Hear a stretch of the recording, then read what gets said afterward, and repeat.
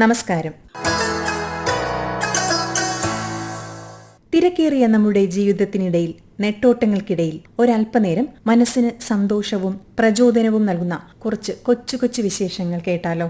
ആകാശവാണി വാർത്താ വിഭാഗം അവതരിപ്പിക്കുന്ന നല്ല വാർത്തയിലേക്ക് സ്വാഗതം. ആധുനിക കാലത്തെ ബഹിരാകാശ പര്യവേക്ഷണത്തിലെ നിർണായകമായ അധ്യായം കുറിച്ച് നാസയുടെ ആർട്ടിമിസ് 2 ചാന്ദ്രദൌത്യം പൂർത്തിയാക്കി സുരക്ഷിതമായി ഭൂമിയിൽ തിരിച്ചെത്തി. പസഫിക് സമുദ്രത്തിൽ ഇന്ന് പുലർച്ചെയാണ് ചാന്ദ്രദൌത്യത്തിലെ സംഘാംഗങ്ങളെ സുരക്ഷിതരായി വഹിച്ചുകൊണ്ടുള്ള പേടകം ഇറങ്ങിയത്. 50 വർഷത്തിന് ശേഷം ചന്ദ്രനിലേക്ക് യാത്ര ചെയ്ത മനുഷ്യ ദൌത്യമായ ആർട്ടിമിസ് 2 10 ദിവസം നീണ്ടുനിന്നു. ചന്ദ്രന്റെ ഇതുവരെയും മനുഷ്യർ കാണാത്ത ഭാഗം, ഒരു പൂർണ്ണ സൂര്യഗ്രഹണം എന്നിവയ്ക്ക് സാക്ഷ്യം വഹിച്ച 4 സംഘമാണ് ഇന്ന് ഭൂമിയിൽ തിരിച്ചെത്തിയത്. Commander Reid Wiseman, pilot Victor Glover, Christina Koch, കാനഡയുടെ ജെറേമി ഹാൻസൺ എന്നിവർ ശബ്ദത്തേക്കാൾ 33 ഇരട്ടി വേഗത്തിലാണ് ഭൗമ അന്തരീക്ഷത്തിലേക്ക് കടന്നത്. ആർട്ടിമിസ് 2വിലെ ക്രിസ്റ്റീന കോച്ച് അന്താരാഷ്ട്ര ബഹിരാകാശ നിലയത്തിലെ ജെസിക്ക മേയറുമായി സംസാരിച്ചു.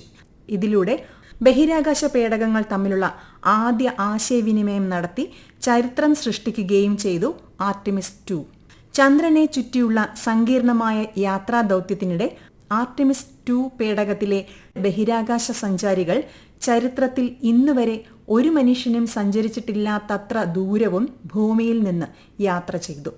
ഇതിലൂടെ അപ്പോളോ 13 ദൌത്യം കുറിച്ച റെക്കോർഡ് ദൂരം ആർട്ടിമിസ് 2 ദൌത്യം ഭേദിച്ചു. അതിനിടെ ഭൂമിയിൽ നിന്ന് കാണുന്ന ചന്ദ്രന്റെ വശവും അതിന്റെ മറുവശവും അടുത്തു കാണാനും പഠിക്കാനും സഞ്ചാരികൾക്ക് അവസരവും ലഭിച്ചു. നാസയുടെ ചരിത്രപ്രധാനമായ ആർട്ടിമിസ് 2 ചാന്ദ്രദൌത്യം 2026 ഏപ്രിൽ 1 വിജയകരമായി വിക്ഷേപിച്ചത്. ഫ്ലോറിഡയിലെ കെന്നഡി സ്പേസ് സെന്ററിൽ നിന്ന് SLS റോക്കറ്റിലായിരുന്നു വിക്ഷേപണം. ഗഗൻയാൻ ദൌത്യത്തിന് മുന്നോടിയായുള്ള എയർ ഡ്രോപ്പ് ടെസ്റ്റ് IADT-02 വിജയകരമായി പൂർത്തിയാക്കി ISRO. ഗഗൻയാൻ ദൌത്യത്തിൽ ബഹിരാകാശ യാത്രികർ ഇരിക്കുന്ന ക്രൂ മൊഡ്യൂളിന്റെ സുരക്ഷിതമായ വീണ്ടെടുക്കൽ ഉറപ്പാക്കാൻ ഈ സംവിധാനം അത്യാവശ്യമാണ്. കഴിഞ്ഞ വർഷം ഓഗസ്റ്റിൽ ശ്രീഹരിക്കോട്ടയിലെ സതീഷ് ധവാൻ ബഹിരാകാശ കേന്ദ്രത്തിൽ നടന്ന ആദ്യത്തെ ടെസ്റ്റ് വിജയകരമായി പൂർത്തിയാക്കിയതിനെ തുടർന്നാണ് IADT-02 നടത്തിയത്. അടുത്ത വർഷം ഇന്ത്യയുടെ ആദ്യത്തെ മനുഷ്യ ബഹിരാകാശ യാത്ര നടത്താനാണ് ISRO ലക്ഷ്യമിടുന്നത്. നല്ല വാർത്തയിൽ ഇനി വ്യത്യസ്തമായ ഒരു യാത്രയയപ്പ് ചടങ്ങിനെ കുറിച്ചാണ്. 30 വർഷത്തെ സേവനത്തിനു ശേഷം എറണാകുളം സെയിന്റ് തെരേസാസ് സ്കൂളിൽ നിന്നും വിരമിച്ച മലയാളം അധ്യാപിക ഷൈനിയുടെ വിരമിക്കൽ ചടങ്ങിന് ഒരു പ്രത്യേകതയുണ്ടായിരുന്നു. സ്കൂളിൽ നിന്നും നെട്ടൂരുള്ള സ്വന്തം വീട്ടിലേക്ക് 11 കിലോമീറ്റർ മാരത്തൺ ഓട്ടത്തിലൂടെയാണ് ഷൈനി ടീച്ചർ തന്റെ വിരമിക്കൽ ദിനം വ്യത്യസ്തമാക്കിയത്. ടീച്ചർക്കൊപ്പം മറ്റ് അധ്യാപകരും മാരത്തണിൽ പങ്കാളികളായി.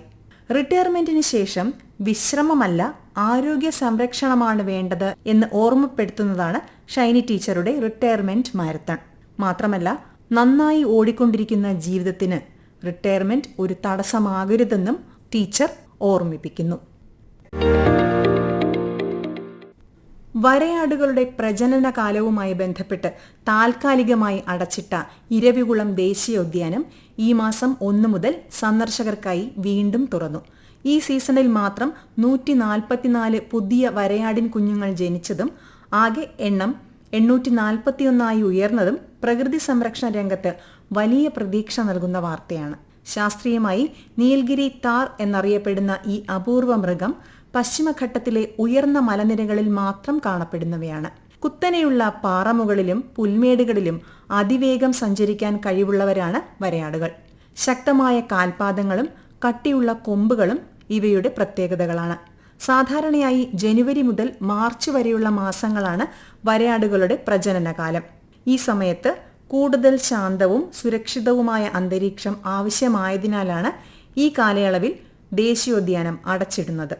ഇപ്പോൾ കുഞ്ഞുങ്ങൾ വളർച്ചയുടെ പ്രാഥമിക ഘട്ടം കടന്നതിനാൽ സന്ദർശകർക്ക് വീണ്ടും പ്രവേശനം അനുവദിച്ചിരിക്കുകയാണ്. വരയാടുകൾ പരിസ്ഥിതിയുടെ ആരോഗ്യ സൂചകങ്ങളായി കണക്കാക്കപ്പെടുന്നു. ഇവയുടെ വർധന പശ്ചിമഘട്ടത്തിലെ ജൈവ വൈവിധ്യ സംരക്ഷണ ശ്രമങ്ങൾ വിജയകരമാണെന്ന് തെളിയിക്കുന്നു. ഒരിക്കൽ വേട്ടയാടലും ആവാസവ്യവസ്ഥാ നാശവും കാരണം വംശനാശ ഭീഷണിയിലായിരുന്ന ഇവ ഇന്ന് സംരക്ഷണ പദ്ധതികളുടെ ഫലമായി വീണ്ടും ശക്തമായി തിരിച്ചുവരുന്നു എന്നത് നല്ല വാർത്തയാണ്.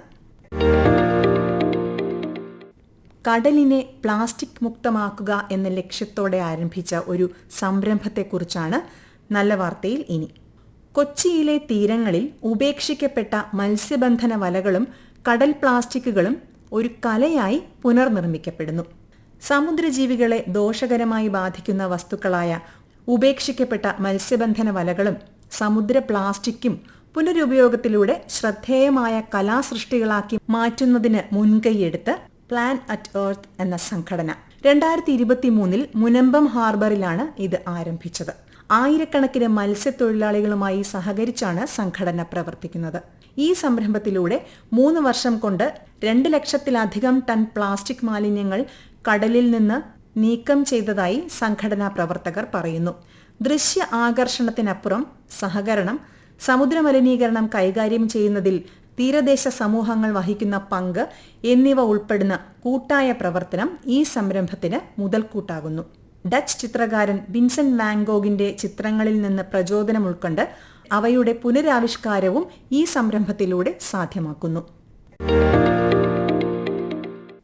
വ്യോമയാന രംഗത്ത് ഒരു പുതിയ അധ്യായം തുറന്ന് ഇലക്ട്രിക് വിമാനങ്ങൾ യാഥാർത്ഥ്യമായിരിക്കുന്നു. സ്കോട്ട്ലൻഡിലെ പ്രമുഖ എയർലൈനായ ലോഗൻ എയർ ആദ്യമായി പൂർണ്ണമായും ബാറ്ററിയിൽ പ്രവർത്തിക്കുന്ന വിമാനം അവതരിപ്പിച്ചു. രാജ്യത്തെ ഉൾപ്രദേശങ്ങളിലേക്ക് കത്തുകളും പാഴ്സലുകളും എത്തിക്കുന്ന മെയിൽ സർവീസുകളായാണ് ഈ ഇലക്ട്രിക് വിമാനം ഉപയോഗിക്കുന്നത്.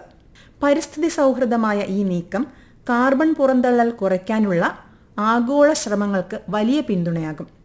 ഏലിയ സീറ്റോൾ എന്ന ഈ വിമാനം നിർമ്മിച്ചത് അമേരിക്കൻ എയ്റോസ്പേസ് കമ്പനിയായ ബീറ്റ ടെക്നോളജീസ് ആണ്.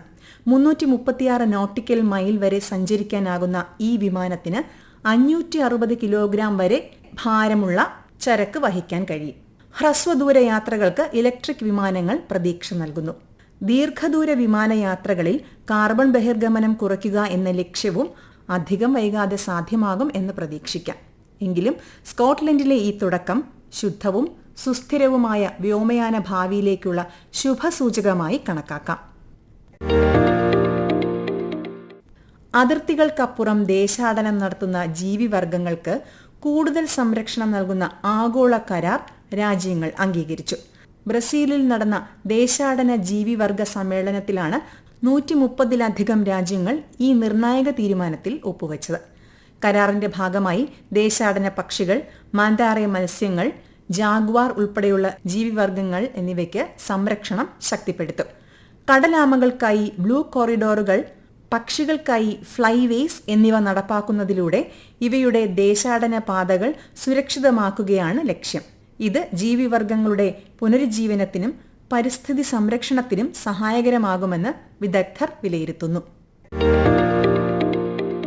നല്ല വാർത്ത all India radio news Thiruvananthapuram എന്ന ഞങ്ങളുടെ യൂട്യൂബ് ചാനലിലും ലഭ്യമാണ്. നല്ല വാർത്തയെക്കുറിച്ചുള്ള ശ്രോതാക്കളുടെ അഭിപ്രായം nallavaartha@gmail.com എന്ന ഇമെയിൽ ഐഡിയിലും യൂട്യൂബ് കമന്റായും അറിയിക്കാവുന്നതാണ്. ശ്രോതാക്കളുടെ അഭിപ്രായങ്ങൾ ഞങ്ങൾക്ക് ഏറെ വിലപ്പെട്ടതാണ്. നല്ല വാർത്ത അവതരിപ്പിച്ചത് ആകാശവാണി തിരുവനന്തപുരം പ്രാദേശിക വാർത്താ വിഭാഗം. ഏകോപനം ലെമി ജി നായർ. തയ്യാറാക്കി അവതരിപ്പിച്ചത് സുവർണ. നല്ല വിശേഷങ്ങൾ നിറഞ്ഞ നല്ല നിമിഷങ്ങളുമായി ശ്രോതാക്കളിലേക്ക് അടുത്ത ശനിയാഴ്ച വൈകുന്നേരം 6:40 വീണ്ടും എത്താം. ശുഭാശംസകൾ നേരുന്നു.